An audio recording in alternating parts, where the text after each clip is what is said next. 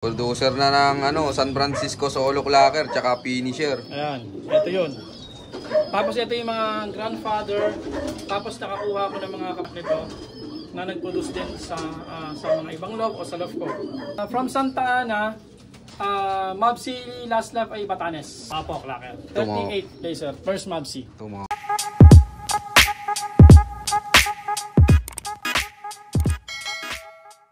Hello, magandang umaga sa inyo. Ako nga pala si Jerry Lagbuta, pansier ng Montalban.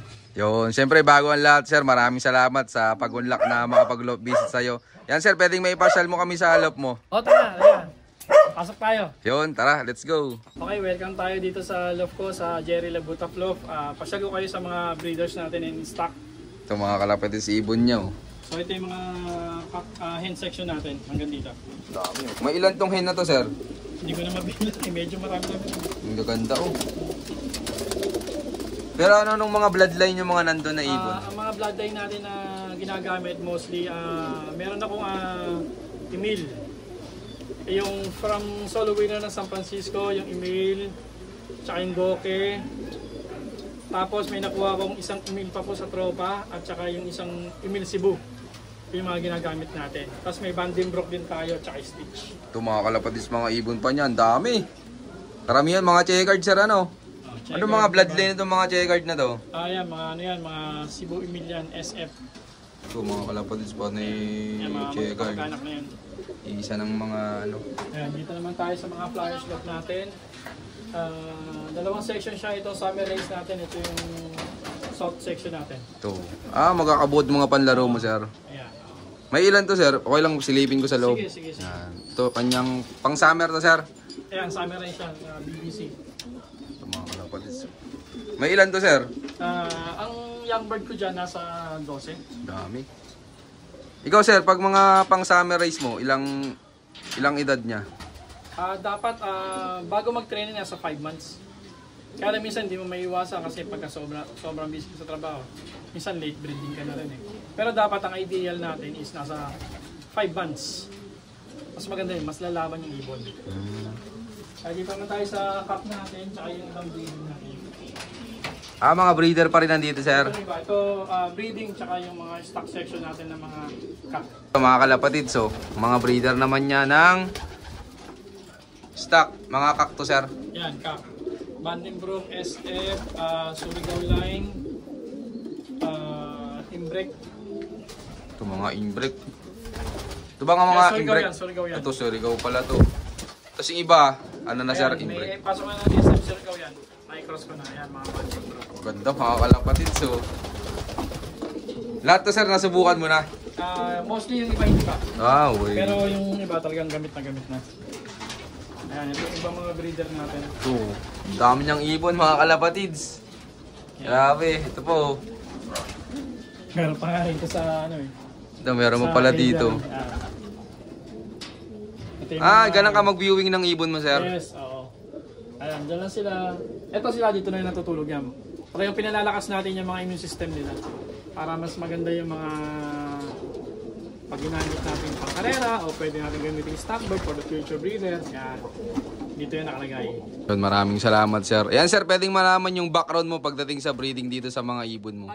Dito sa love natin, nakapag-breed tayo ng dalawang San Francisco, isang PFC solo winner San Francisco ng 2013. Nilipad siya ng 2014 series for 2013, tsaka nilipad ng 2015 series from 2014 sa Marikina kay Harley Villanueva. So dalawang San Francisco yung nanilipad niya. Mostly, yung isang San Francisco na finisher nakuha ko. Yung finisher, yung solo winner San Francisco, iniwan ko na sa kanila. Tapos sa mga ibang love na mga nakakuha sa atin, meron din ng kapatid ng San Francisco na naglabas ng 37 first Mavsi kay Christopher Mitra. Plus yung ibang mga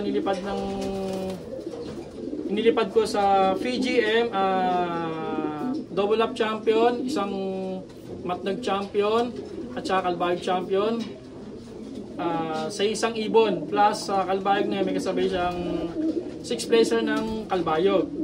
Tapos kasi minsan ako mostly hindi ko minsan maharap yung ibon ko. Mostly sa breeding pwede ako dyan. pag nagpalipad tayo, magiging maganda yung resulta. Pero pag natutukan naman natin, meron naman tayong achievement. May first overall tayo sa Tom Cup, sa ARPCI, 2 summer race, isang summer race 2 na kasiguran Balerto kasiguran na nag 14 overall sa overall, tapos area second overall sector area. Tapos amin dito sa Montalban, tag team kami sa ARPCI na nag first overall, tsaka yung isang 3 laps namin na Mindoro to Bulalakaw.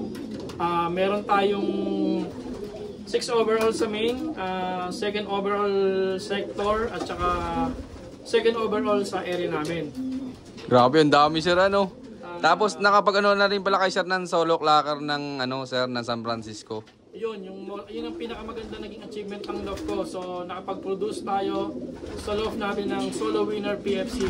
Grabe. San Francisco Leyte, at saka cut-off ng San Francisco Leyte 2015. Yun. Anong mga baseline nun sir? Pinaka-best line niya na ginamit ko sa kanya is probably yung Emil de Wert na nakuha ko sa tropa na nag-quit na sa pag-iibon. Plus, kinurs ko siya sa TDB Goke.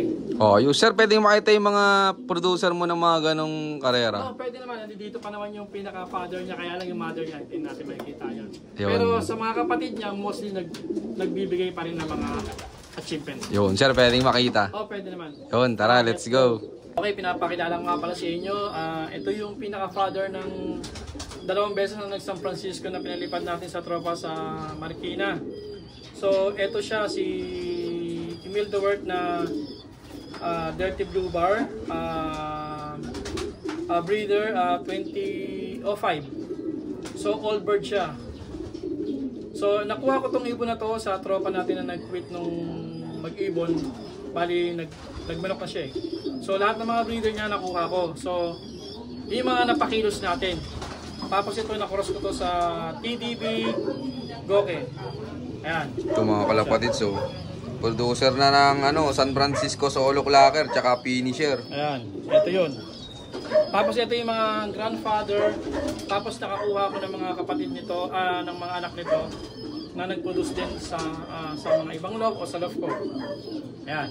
Ito mga kalapatid, so ito sir, nagpo-produce, nag-aanak pa? Sa ngayon, nag-late siya ng 2 butas na walang similya, kaya ngayon ginawa ko ng breeder. Yaya muna ngayon para lumabas pa rin yung genes niya kung sakaling magpuproduce pa yung hormones niya. Ito mga kalapatid, so angas na ito. Talagang inaalagaan pa rin ni sir, kahit di na nagsisimilya. Ano natin to, precious natin to sa love natin eh. So ito yung regalo ko sa kanya na binigay niya sa akin, na mag-produce tayo ng mga magandang ibon. Ito mga kalapatid, napakaangas naman ang iniwan na legacy nito eh. Solo clocker ng San Francisco. Yung finisher sir, nandito pa? Wala na, na-i-out ko na rin eh. Mga anak na lang yan sir? Yes, meron tayong mga anak nito. Sir, pwedeng may anak na yan na sir na nag-produce na rin ng winner? Takloban lang. Pero yung ibang kapatid na ng anak noon, nag-produce ng solo winner ng Aklan. Meron din ako na nag-produce ng second overall sa Aklan. Meron pa po tayong mga nag-produce ng solo winner nung first overall ng Tom's Cup at saka nung 6 overall ng ARPCI sa summer race. Ayos. Ito naman yung pinaris natin dun sa isang ibon natin na nakapagpalabas tayo ng kay Mitra na nanalo ng first Mabsi. Ito yung anak nung father nung ng solo winner ng San Francisco. Bali kapatid din to. Ayos to mga kalapatid. So, saan yung last nap nun yung Mabsi? Bali yun, from Santa Ana, Mabsi last lap ay Batanes. Ayos. So, clocker po. Apo, clocker. 38 laser, first Mabsi. Ito mga kalapatid. So, naglabas na rin ng tawid dagat, Batanes naman. Yes. Ito naman po yun sa second overall ng Aklan. So ito naman yung magulang niya na nag-second overall lap winner ng MOA. Hanggang MOA kasi yung pinaka-invitational nila sa sa Aklan na nilipad ni Jude Acel Toria. Pinalipad mo sa kanila, sir? Yun yung yung 4 na pinadala kong ibon na magkakapatid, isang first overall at saka second overall. Yung first overall ay naging solo winner siya. Solo winner siya from first overall. Yan. Tapos ito sir, anong mga naging achievements na tong ibon na to? Bali ito, lipad ko to ng ng MMFC. Kaya lang ang problema nito, minotivate ko yung asawa niya, yun yung dumulo kasi iniisip ko baka mas lalo lang siya madisgrasya parehas kung wala akong iiwan na sa loob na babalik-balikan ng Ayan. Ito mga kalapad. So, pero nag-produce naman ng winner sir, ano? Yes, in second overall. Yan sir, pwedeng makita. Okay. Yon, shoutout sa inyo lahat mga kalapatids. Yan, maraming salamat sa solid nyo suporta. At syempre, bago matapos tong video to, meron nga pala tayong pa-shoutout. Yan, shoutout kay Kobe Lebron Lop. Ayan, at shoutout din kay Boss Joshua Bulahan. At syempre, shoutout kay Darak Lop ng Moncada, Tarlac. At shoutout din kay Boss Sanron. Ayan, at shoutout din sa Team Mukbang Kape ng Pampanga. At kay Bawal Magdahilan Lop. Ayan, shoutout sa inyo lahat. At syempre, shoutout sa lahat ng mga patuloy na sumusuporta dyan. At sa mga gusto pang magpa-shoutout, mag-comment pala kayo dyan sa baba. At syempre, makikishare na rin yung napanood yung video. At abangan nyo yung part 2 yung napanood yung video. So yun keep watching and God bless you all. Thank you.